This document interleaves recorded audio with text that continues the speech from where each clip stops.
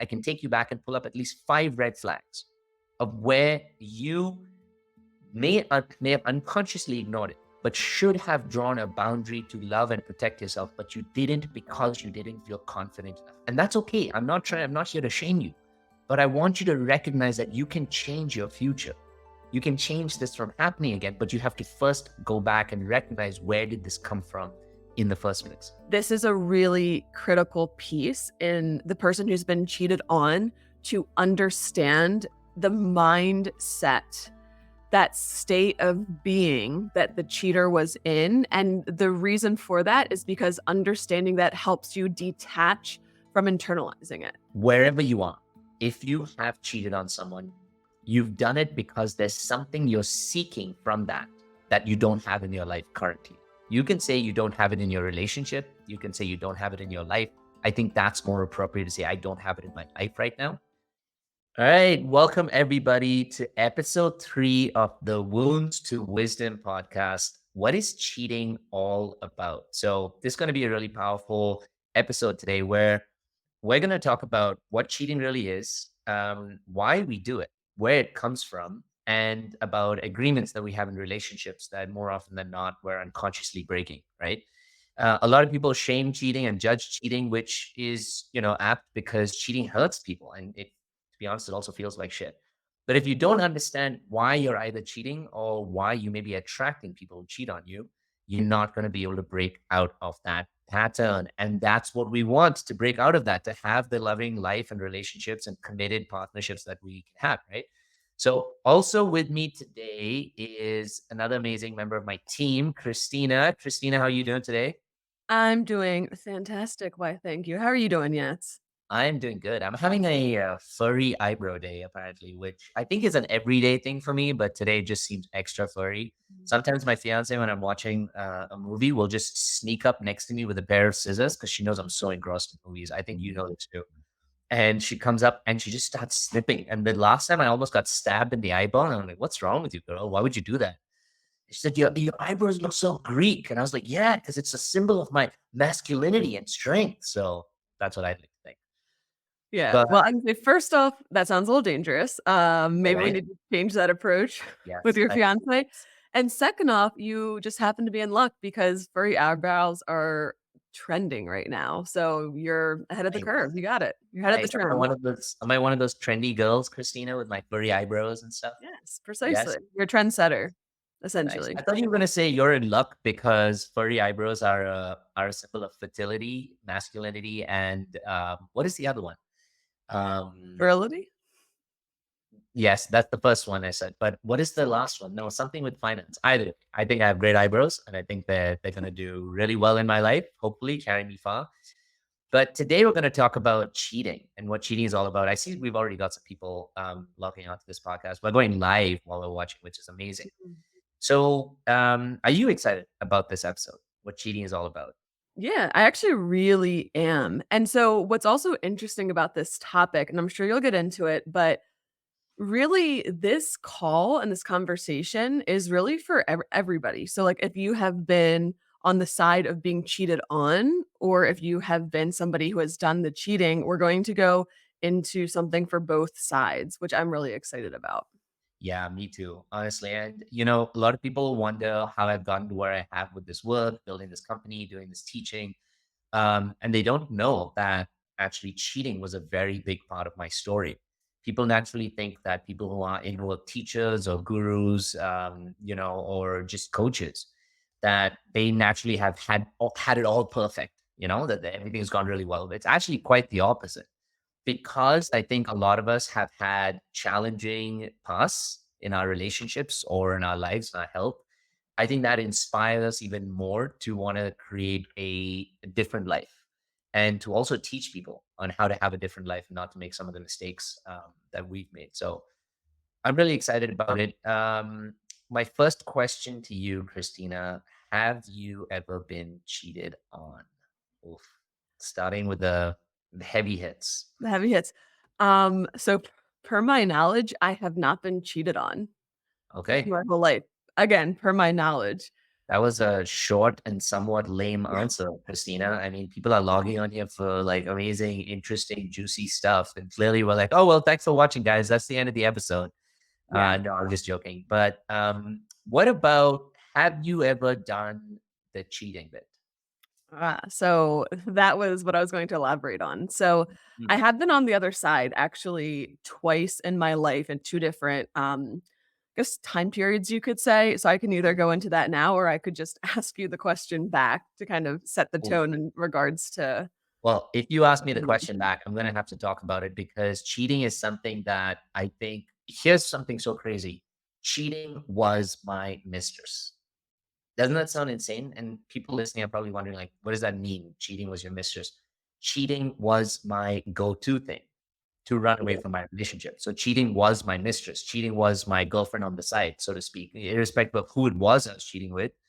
I had such a strong relationship with cheating, and now that I'm speaking about it, I'm gonna go into it if you don't mind. I'll come back to you, but Well, I was gonna say, I think, if before you even go into that, if you I Mhm. wanted to say one thing, Yeah, and that's that you and I both know that this topic is very sensitive for Mhm. so many people.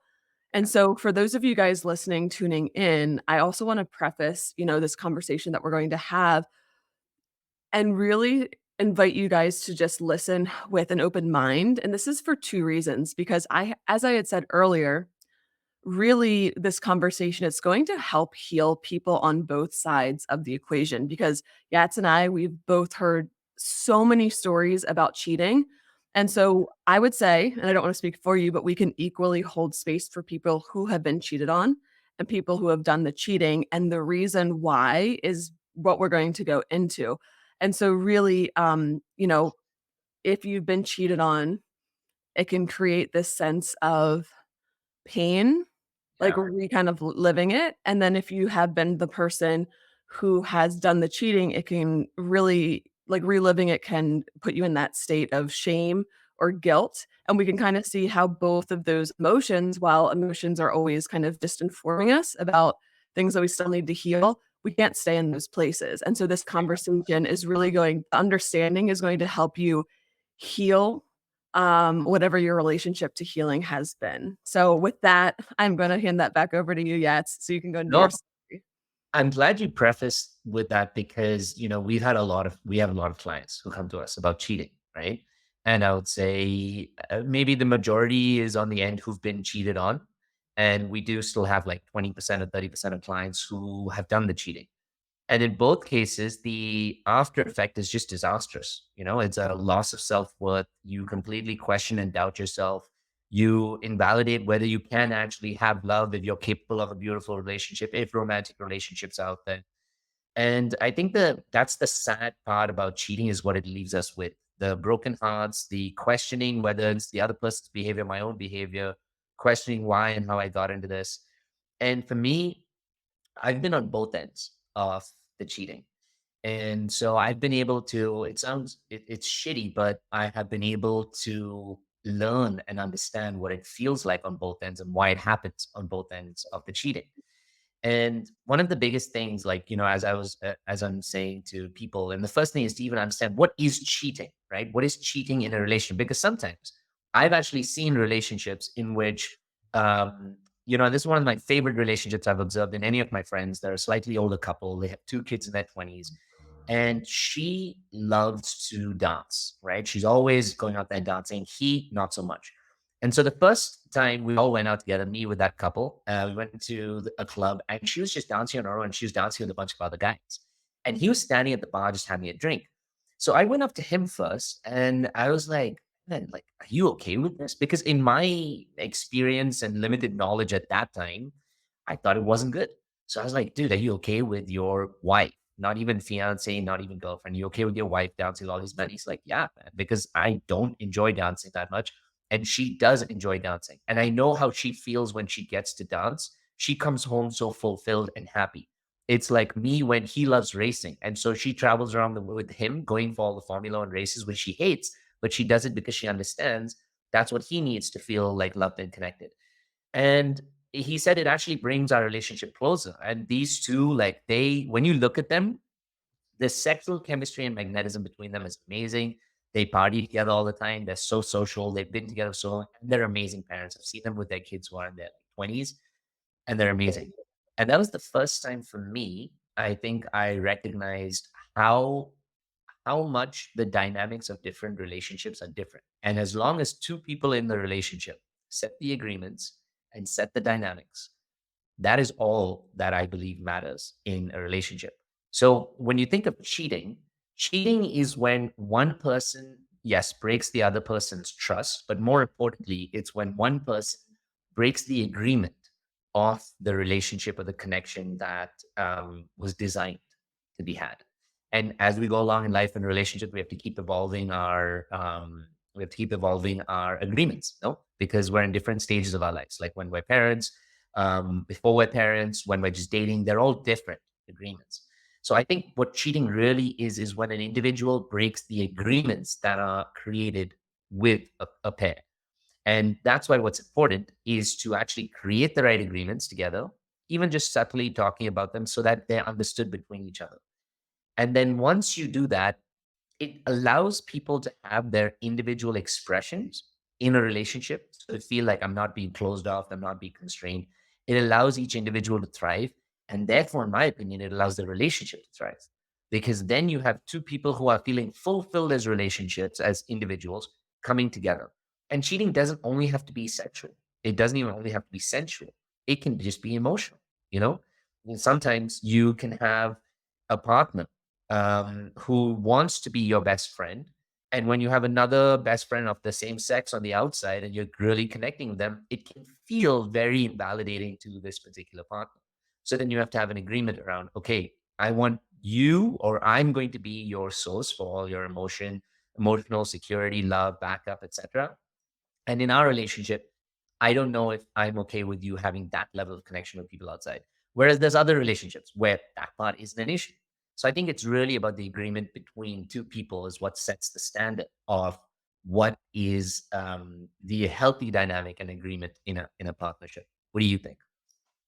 Yeah, absolutely, and I think healthy, vulnerable conversation is one of the biggest, most important pieces that's missing in so many relationships because of Yes. exactly what you just said, because we a lot of times we go into relationships and it's very unconscious, like the way that we're showing up, and then there's, like, this dynamic that plays out or, like, whatever the relationship is, and, like, there's just we have like, when you talk about having agreements in a relationship, but, like, how many people actually sit down to talk about, this is how I feel loved, this is how I feel cared for, this is what I want from you, and vice versa, right? Because relationships are so much about, not necessarily meeting the other person's needs 100% or compromising 100% because again, like too much one way is going to create resentment or self abandonment on either side, which isn't healthy either. But really, yeah, everything you're saying, like these agreements and relationships, and they're so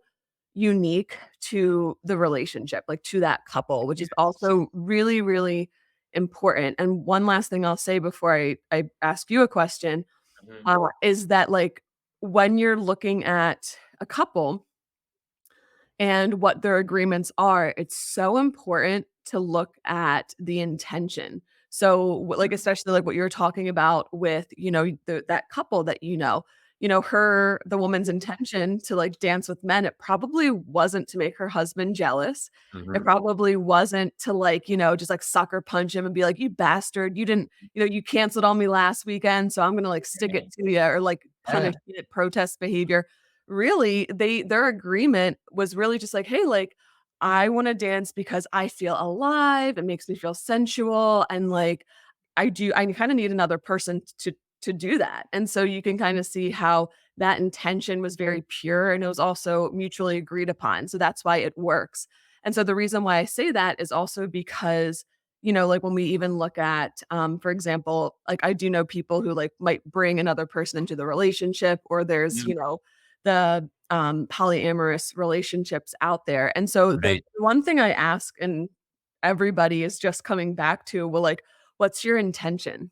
Like, because some people they'll have like another person in the relationship, and the intention is because it's keeping them from deep connection with their partner, with, like, their with, like, the person that they're really Preventing committed. vulnerability, preventing Yeah, them from airing themselves, escaping the possibility of rejection because, I still have someone on the side. And, you know, yeah. that's what I think of polyamorous relationships is that they're an escape from, commitment. And commitment can be challenging for those of us who don't have a good and healthy education on it, which is also what this call is going to be about with cheating. But yeah, Yes. I absolutely agree with you. So I didn't mean to cut you off, but That's okay. uh, I absolutely, you said something really powerful, which is a lot of time in cheating, the intention is to unconsciously harm the other person or to get back at them or to try and get their attention also, Mm, which, is a wounded way of trying something nice,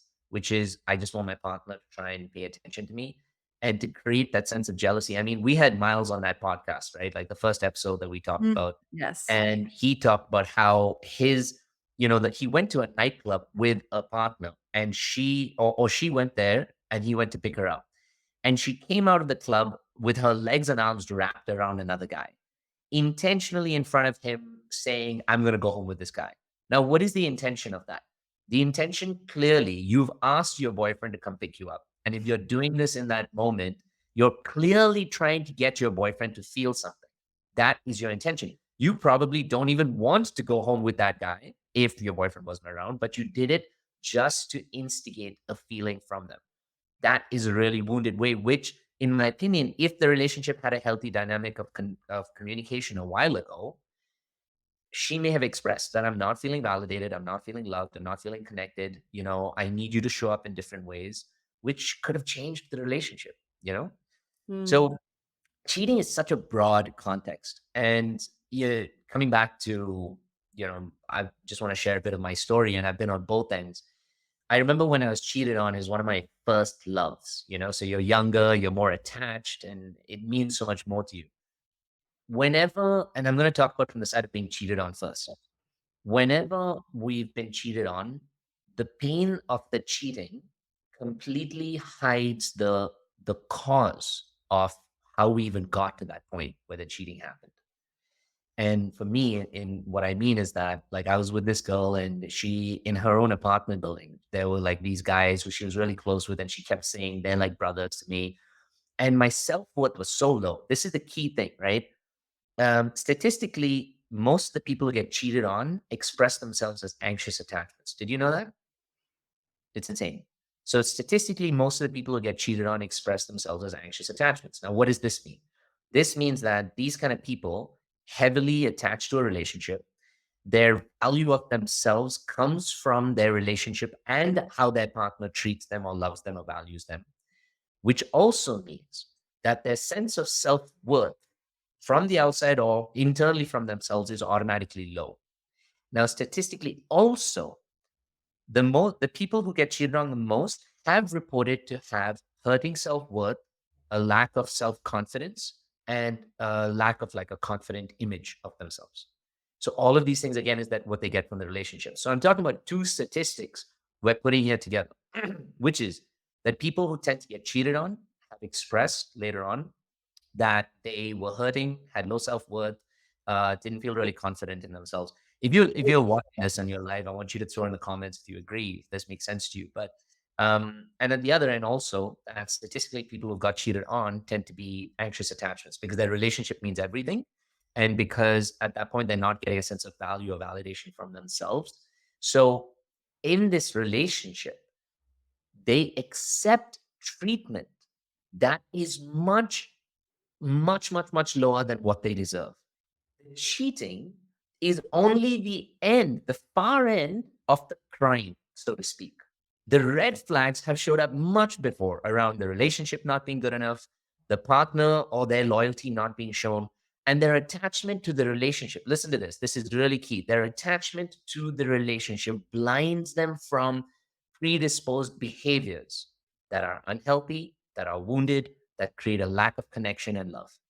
And so, as we know, a lot of our clients who come to us, they're like, oh, I didn't see it. I never saw my partner cheating on me and we were together for 17 years. And I'm like, I'll bet in 5 minutes I can take you back and pull up at least 5 red flags of where you may have unconsciously ignored it, but should have drawn a boundary to love and protect yourself, but you didn't because you didn't feel confident enough. And that's okay. I'm not here to shame you, but I want you to recognize that you can change your future.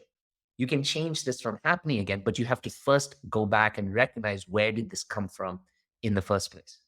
And it comes from, in the first place, us unconsciously, if we've been cheated on, us unconsciously not taking care of ourselves enough, not valuing our own needs, not valuing what we want in a relationship, unconsciously settling, letting the other person's behaviors like stray, or squeezing down on the other person and not giving them any space, because the relationship is everything to us. And at one point, they want to burst and go outwards and therefore do what they do. So for me, when I was with that girl, I was hurting in my self-worth. I actually remember so clearly. I'd come back from boarding school. It was an all boys boarding school. I'd come back from boarding school and I was thrown back into this relationship world where I had to now make relationships with new people outside in the social world. And I lacked a lot of confidence at that time. I was a football player, as you know, and I had one of the worst injuries of my life. So at that point as well, I was hurting, low self-worth, didn't find any, value in myself really.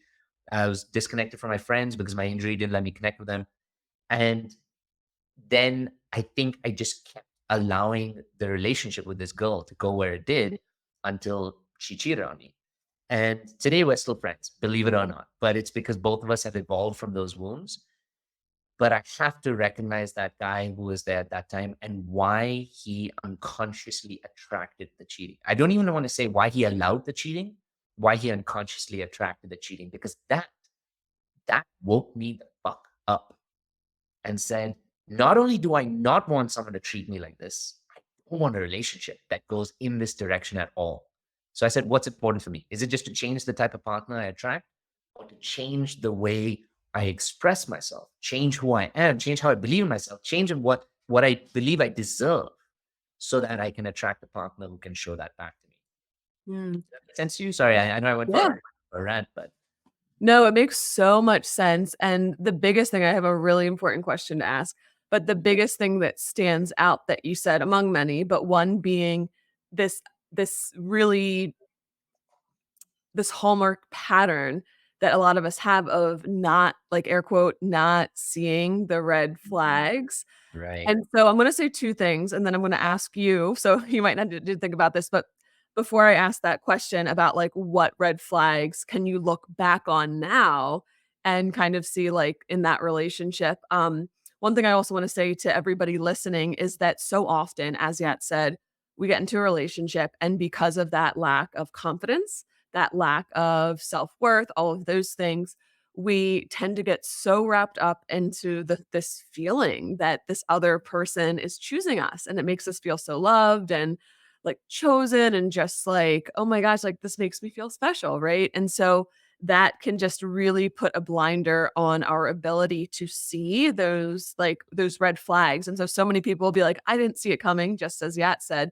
And so I would really encourage all of you guys to even, like, look back at the relationship, that you may have had where, you didn't see the red flags, and really, like, look for those instances where they did exist. And so again, it's not to like shame you, it's just to draw that awareness. And what that does is once you can start to see it in your next relationship, as you're working on yourself and like you have a stronger sense of self, you're also able to see those red flags that you once ignored. And so turning it back to Yats, now I just want to know, what were some of the red flags that maybe you can see now, but that you didn't see in the while you were, in those, puppy love stages of the relationship. Woof. I was like 16, no, 16, 18 years ago, man. That's tough. But looking back, the red flags, oh, so clearly, the red flags, I was more anxious at that time because I was someone who wanted that love and validation from my relationship. And I made the relationship my entire identity. And for me, I think, we kept trying to create times when we could meet. And she kept giving excuses why she couldn't. And she kept saying, like, yeah, no, I can't do this, I can't do that. She would make me, even though my entire leg was in a cast and I had surgery and stuff. I she would make me travel all across the city to see her, which as a masculine thing is, I think, more important. However, when I'm completely injured and not in a state, I could barely bathe myself. Imagine that.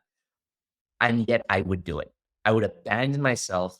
I would find a way to lug myself all the way across the city in so much pain, hurting myself just to meet her for like a morsel of her time, which wasn't even that deeply connected. But I'm so attached that those Mhm. few moments meant everything to me. And I over validated it. And I made it seem like, wow, she really, really cares about me, you know? When looking back, her lack of commitment, her non-desire to want to show up. I don't even want to see her. Maybe it was her inability, but she was giving me the signs all along, Yeah. saying that she wasn't that deeply interested. Like she just, it's not even that she was stringing me along, that she just maybe did it because I was an older guy and I was a football player. Like, I don't know, but it was Yeah. just the signs now are so obvious. Hmm. I'm curious, would you say even that those close male relationships she had, was that also a red flag? Oh, hell yeah. Like Yeah. looking back now, I think looking back now, I mean, they were her childhood friends, yes.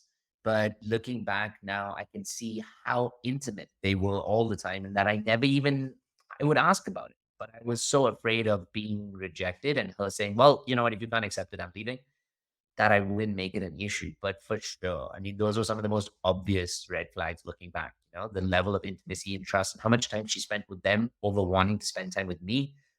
If I was completely okay with that, that would be one thing. But I wasn't, and I was just suppressing it. That's what's really unhealthy. No. Yeah. So Yeah, no, it's interesting, like you kinda had said that because this is kinda gonna be sprinkled in a little bit more, but just sometimes we really do use those friendships as kinda like this buffer to get our emotional needs met to and it's preventing us from that deep, profound intimacy. And so, if I'm gonna be really honest with you guys, like, there's one guy that I've known for, like, 4 years. I absolutely adore him, I love him to death, but, like, I wouldn't call him a friend because we started out dating and, like, super compatible, but also just, like, wanted different things from life in very key ways. And so I'm bringing this up because what's interesting is that whenever I'm in a relationship or he's in a relationship, like we don't talk at all. I probably talk to him like once a year, maybe. Um, just to do like a little like check in, just because like we are like friends and care about each other in that way. But at the same time, like we have this deep, like, romantic type connection. And so if I'm ever in a relationship out of respect and integrity for the relationship, myself and the person I'm in a relationship with, like, I don't reach out to him because we have that connection that would blur that crosses boundaries and lines. And that is so so yeah. healthy. That is that's incredibly healthy. I mean, I think that's a really good example to a lot of people, even who are listening, not just on both ends, where you can draw the boundary to say, I'm in a relationship now and I don't think we need to continue this kind of friendship. Or on the other end, that if you find that someone you were interested in is now in a relationship, you can also draw on that boundary and pull back and say, I don't think this is healthy because I'm going to be strung along and you're going to unconsciously maybe cheat on me while you're with her or vice versa. And just like promise me a future and I'm never going to have it. So, but here's a good question. Do you think you were always capable of drawing that boundary with him and saying like, no, I can't actually show up in our friendship while I'm in this relationship?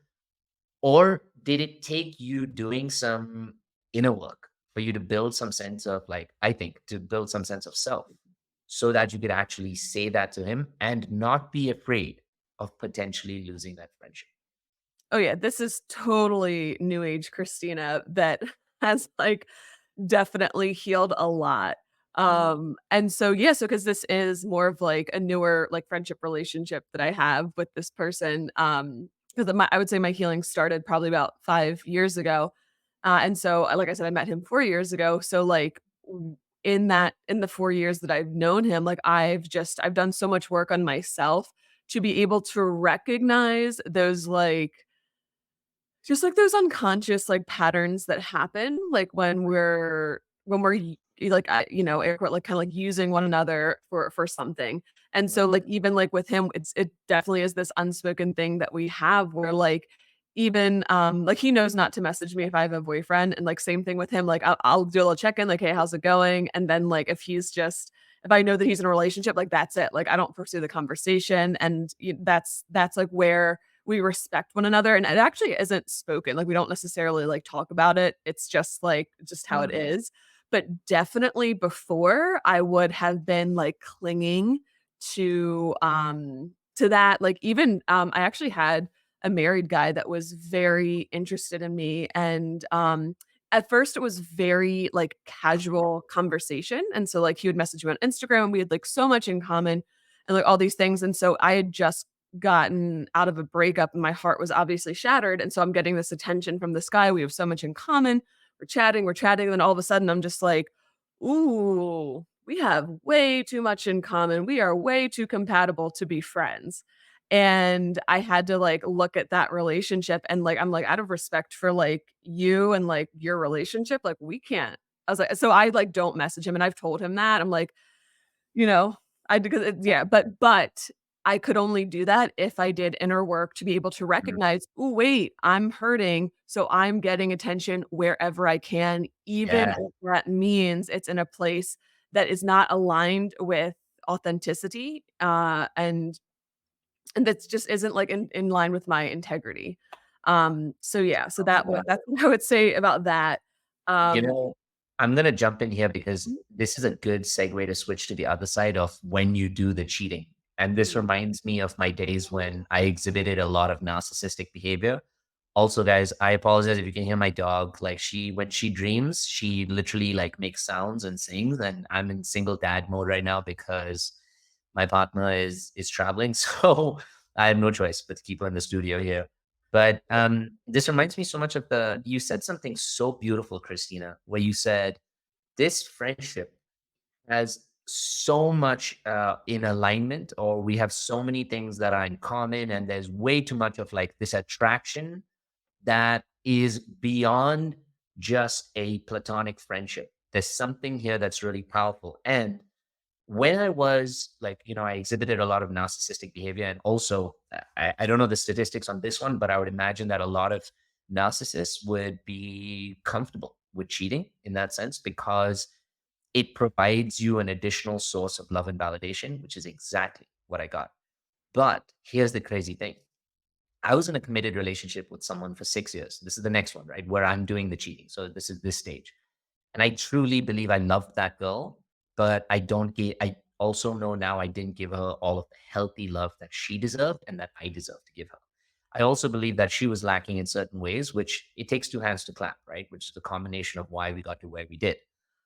But I would so easily justify when I was with this girl and I found connection with other girls around, and there was so many similarities. I feel like that was my ego also searching for this strong connection and validation from other people, just so I could feel more and more and more love. And I would justify creating those friendships, keeping those friendships, and then skirting that boundary of where does like connection become from a friendship go to another kind of relationship. And because I needed that sense of validation so much from those other women, I would just cross that boundary and I would sleep with them. And for those of you who are listening, and this is an honest part of my story, which is why I'm here today teaching about inner work. I destroyed a beautiful relationship, destroyed friendships, destroyed a beautiful life I had because I had cheated on my partner up to 35 times. That's an insane amount of cheating, even when I look back at it. I've gone through so much inner work right now that I don't feel that level of shame that I did once, which was incredibly brutal because you destroy somebody's life, you destroy your friendships, you destroy your own future. And then you think you're a monster. I thought I was a sex addict. I thought I was just hooked onto constantly getting women's attention and afflictions and affection. And then I realized, like, when I sat back, so here's the process of what happens with that cheating. You want wherever you are, if you have cheated on someone, you've done it because there's something you're seeking from that you don't have in your life currently. You can say you don't have it in your relationship. You can say you don't have it in your life. I think that's more appropriate to say, I don't have it in my life right now, because otherwise you just blame the relationship and you justify cheating on people very easily. And for me, I after the cheating, I shamed my past self so much for so many years. Like I said, I thought I was a sex addict. I thought I had so many issues until I finally, once I started to say, instead of me judging that guy, my past version, let me try and understand why he did. More importantly, because I don't want to screw up my future like this anymore. I don't want to just put a label on myself and say, I'm a sex addict, I'm a cheater, and I'm always going to screw up my relationships. I want a beautiful future. I want a beautiful family. I want commitment. How do I get from where I am now to there? So I looked at then that guy and I almost spoke to him as if he was my younger self. And I said, why, why did you do what you did? Try and teach me. Tell me about it. And as I listened deeper and deeper into his stories, I found out that that guy who exhibited narcissistic behavior and who everybody loved and valued and thought this guy was so confident and he's a soccer player, that guy had such a low sense of self worth, such a low value of his own self, such a poor understanding of his own needs. And so he looked at the external world and said, the more you can love me, the more I'll feel loved. The more you can make me feel special, the more I'll feel like an amazing guy. So every time I slept with someone, we know sleeping with someone is the fastest way to get validation, like physically, because of the oxytocin that comes through sexual connection and physical contact. And I kept doing that as a way to get hooked. But when I went deeper, I realized it's because my whole life I have unconsciously been seeking the love and validation of my mother. So insane. And I've always been wanting it from her, but she's the one person who wasn't able to give it to me. Mind freaking blown. And initially, when I sat with that, I was like, no, this doesn't make sense. Like, my mom is like 900 years old. And so all of these girls are like, my age or maybe a little older or whatever else. But they all to the T represented characteristics of my mother. So when I was honest with myself to say, why did I do what I did? How did I find myself in that situation? I was able to see what is it that I wanted. And I wanted loving, nurturing, care. I wanted a sense of maternal protection. I wanted someone to take ownership over me, all of the things that my mother was incapable of giving me. And so I kept trying to overcompensate. No relationship was ever enough. I kept wanting to go out and get more and more and more from like these women, no matter how much they gave me, because deep, deep, deep, deep, deep down inside, I was still trying to get it from my mother. And I never could. I never would because she's not capable of that. So Yeah. makes Wait, sense to you? I'll tell you guys yeah. the solution in a little bit, but did that make sense?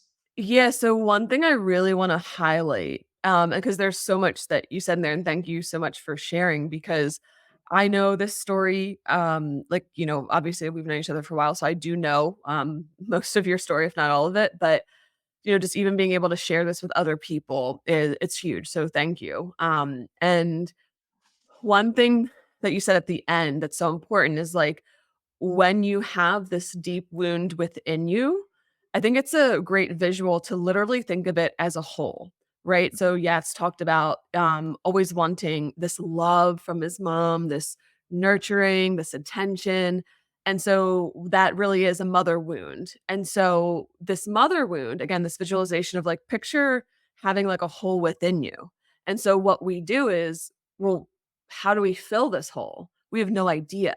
And so what Yats said is what you said, Yats, is like, okay, I went out to other women and just cheat. And so what happens is you get it from one person and then picture it.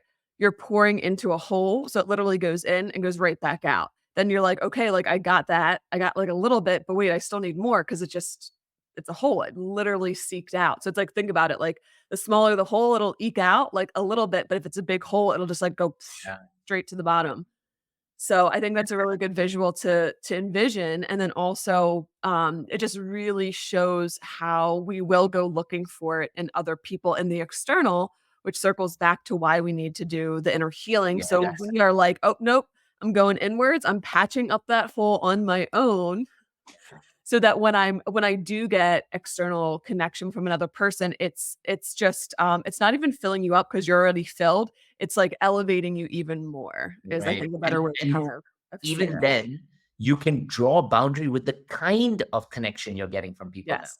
because Yeah. you no longer need that kind of connection and validation that you were getting before, which basically was an overcompensation of your wound. It's what your Mhm. wound was attracting, right?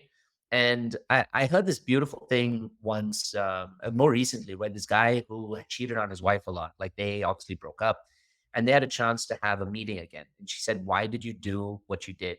And he said, "Because that is what I learned on how I have to get after love. It was not you. It was nothing about you and the relationship. I mean, of course, there are elements of like she would have attracted and they played a part in the hand in glove, but it was about how he had no healthy idea of how to give himself love. And so he went out and got it the way he did. Yeah. That's exactly what I did. And I Mhm. feel really bad now because even as we talk about it and bring up these stories, that poor girl, I was with her for 6 years.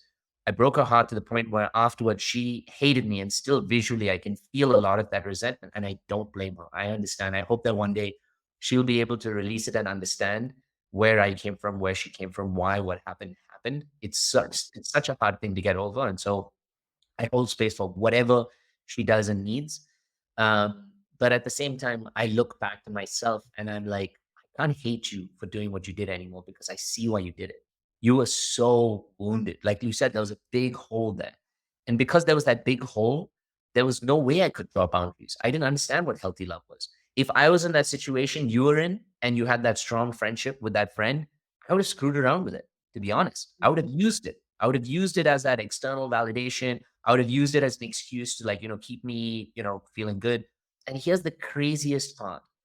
At the end of the day, when you don't have that self-worth, when you don't have that like self-love and connection, whatever end you're on, you're going to sabotage your relationships. You're going to destroy your relationships because you don't believe you're worthy of healthy love. So, do you want to add anything to that, Christina, before we talk about the quote unquote way to work through this? So, if you're listening, hang on here because we're going to tell you some of the things that we've learned, we've practiced, we teach people all around the world that help them get out of these situations and attract a much healthier love. Yeah, and, while I said at the beginning, this is a really critical piece in the person who's been cheated on to understand the mindset, that state of being that the cheater was in, and the reason for that is because understanding that helps you detach from internalizing it. Yeah. And so I actually have a question for you, to Mhm. go a little bit deeper, actually. Yeah.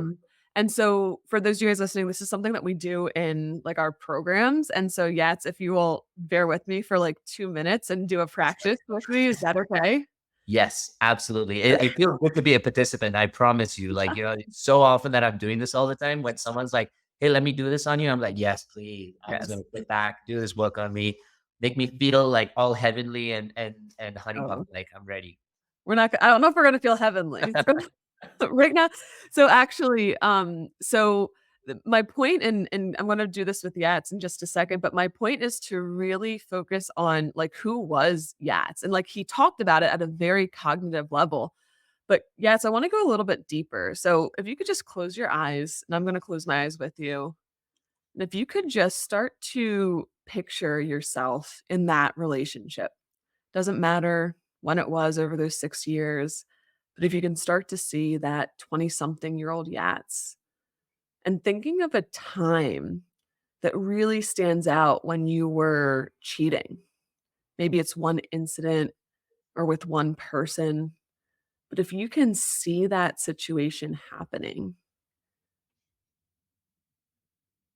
seeing the scene play out, if you can tap into your own state of being, how did you feel in that moment? About yourself, about life? Can you tap into that version of Yats?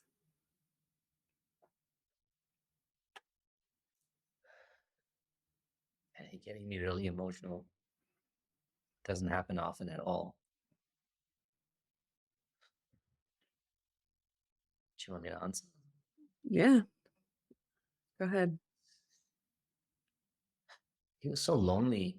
You know, he had to travel so much. He lived away to for his job to play. Lived in a country in a place where no one spoke the language. So lonely. He missed his family. He didn't know who he was. Mm, Felt so uncomfortable just being by himself, you know? yeah. Did he feel lost, desperate? Yeah, he felt desperate for any kind of love. Mhm. Love of like people, of friends, but the love of warmth, you know? Yeah. Something make him feel like he's wanted.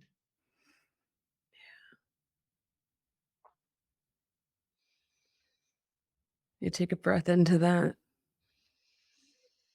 and exhale. And seeing that version of yourself, however many years ago it was, can you see how you didn't deserve to feel those things? Yeah. Yeah. And can you see how holding on to those feelings and any guilt or shame about the cheating that you did do, how it was preventing you from creating a really great life for yourself and getting into a relationship that is really loving. Yeah. Yeah. Just seemed like the whole space and time then was just so wounded, you know? Mhm. Wasn't Yeah. real. Yeah. I'll ask you to slowly open your eyes whenever you're ready. Mm.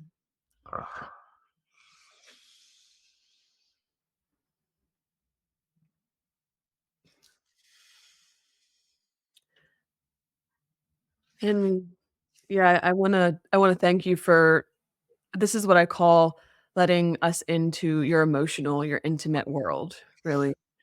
And Why'd so you do that, Christina? Don't you know we're on a freaking podcast here? Like, what are you doing?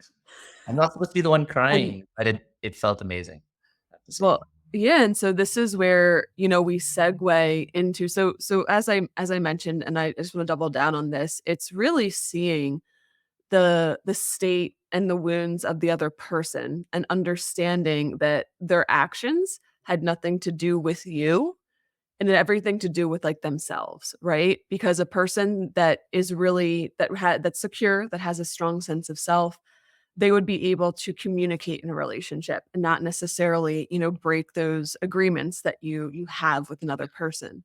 And They would so it's yeah. not even I think it's not even just about they would not wanna break those agreements. They would know what they really want.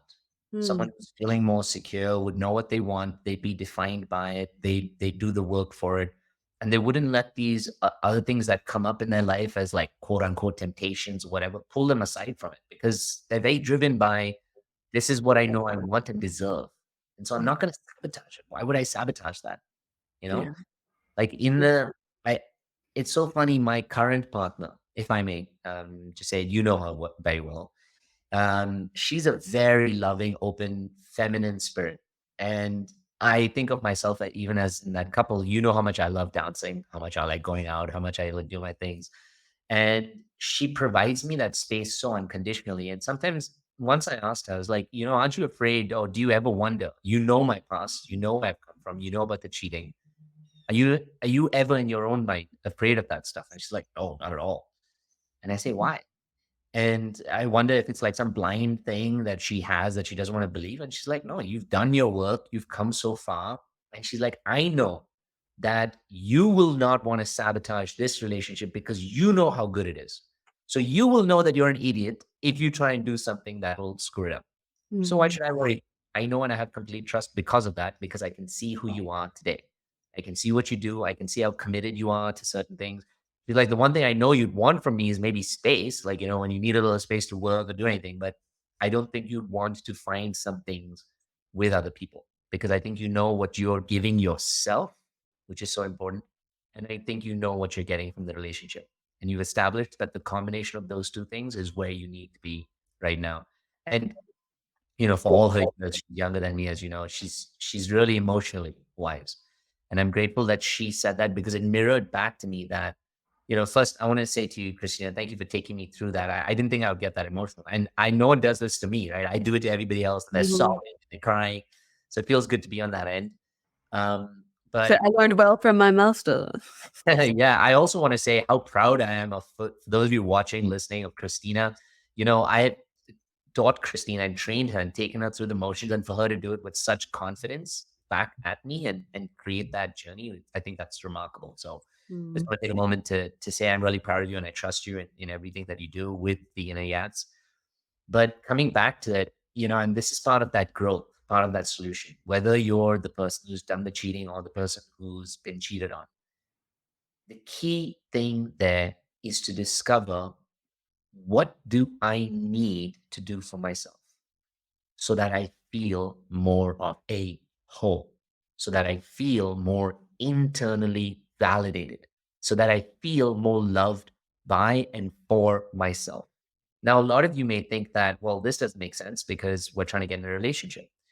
But when you feel more loved and valued for and by yourself, take, for example, if you're someone who has a poor time drawing boundaries, people who generally get cheated on also report that they have a harder time drawing boundaries, as per that report says. And if you were someone who had a stronger sense of self worth in that moment, you would know where the red flags are coming up. You would either draw the boundaries with that person and their behavior, or you draw the boundaries with yourself, not allowing yourself to stay in a relationship that's not going to be loving and valuable and supportive to you. And on the other end, if you feel a sense of love and value and you normally have cheated on someone, you wouldn't want to go out and try and sabotage your life by looking for these things in multiple sources. It's like I tell Aisha, that's my fiance, I say, you're my queen. And what I'm trying to build is my kingdom. And it makes no sense for me to take my bricks from this kingdom and keep scattering them around like in different parts of the world. Because then now what's happening is I'll just have bricks lying over and I'll have a never completed kingdom. Mhm. So anyone who knows what they want, their value, their worth, what they want to get from a relationship, they will know how to protect the relationship, how to draw those boundaries, how you so well said, Christina. Like you told that other person, it is so natural. Here's another thing I want to tell you guys. You will find people who you can have connection with outside of your relationship. You will. Don't make the mistake to think that, oh, this is my partner. He's the only person or she's the only person I'll ever find a connection with. No, you will find connection with other people out there. There's fucking 7 billion people on this planet, man. That's bound to happen. But what's important is what you choose to do with it in that moment. That's what Mhm. determines ultimately whether you sabotage your relationship, you're going to cheat on someone or not. It's where you Yeah. draw the boundary. I love that you said that. You draw the boundary and you say, this is very beautiful and tempting for me, but where I want to put my effort, my energy, and my time right now is in this space. And this is what's valuable for me right now. But Mhm. you can only do that when you know deep in your heart that what you're putting your effort into is going to grow into something beautiful because you believe in yourself. You believe in your choices. You believe that you manifested this relationship for a reason. You believe in the fact that you have chosen this, that you deserve love. And that's how you manifest that journey. And on the last thing before I like jump onto you and then we'll wrap soon is this is the work that we do at the NAS. Christina, anything you want to close out with? No, I mean, I think you said it everything really beautifully. I think you wrapped like a pretty little bow on everything.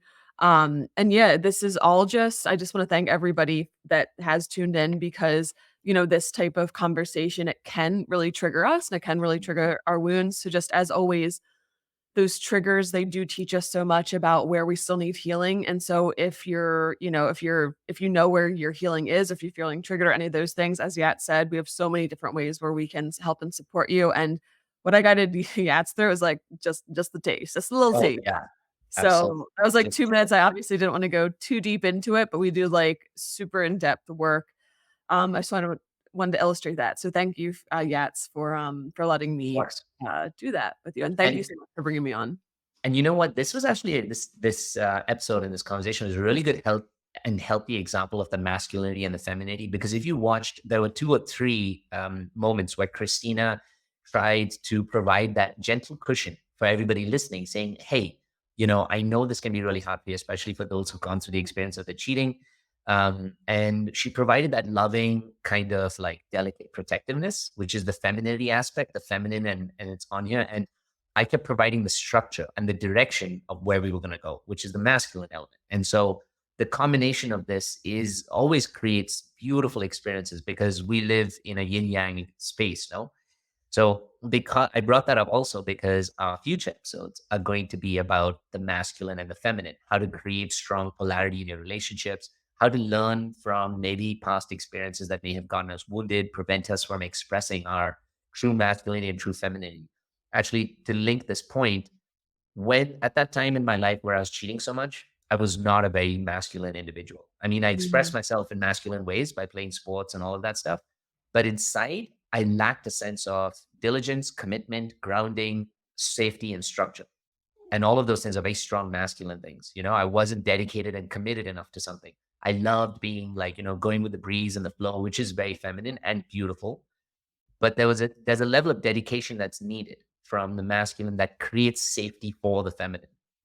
Just a side note, did you know that for a woman to have a true orgasm, she needs to have a sense of safety that she feels from the masculine? When a masculine is cheating, for example, a woman's intuition is one of the most powerful things on the planet, more powerful than I think earthquakes. And she can sense that something is not right. And it'll prevent her body from feeling that level of experience that feels truly connected because her intuition is telling her she's not feeling safe. So there's just so many beautiful like lessons that come from our past experiences that can teach us how to evolve and change our lives for the future and to have more loving experiences. Yeah. Yeah, that sounds like you already started to talk about next, episode yet, so everybody's got a Yeah. free Oh my preview, God. just so you know. I'm like, Oh my God. I gotta almost go down this. wrap it up. Here are 5 episodes coming up. The best female orgasm, masculine and feminine energies, how to actually overcome, the cheating and the pain. There's so much that we can go on talking about. But Mhm. Forever. um, yeah, this was a beautiful experience. If you enjoyed this, please, when the podcast links come out, subscribe to the podcast because you'll get an update of when they come out. But if you're watching it wherever you are on a live stream, then please make sure to like it, comment on it, share it with people, please, because if this work can help you, I'm sure it can help so many other people. It helps me just speaking about it. So with that, I will say to you all, thank you. Thank you, Christina, again for joining me. And we'll jump on here again soon. Namaste. Love you all. Sending you love and light wherever you are. Bye, everyone. Thank you. Bye.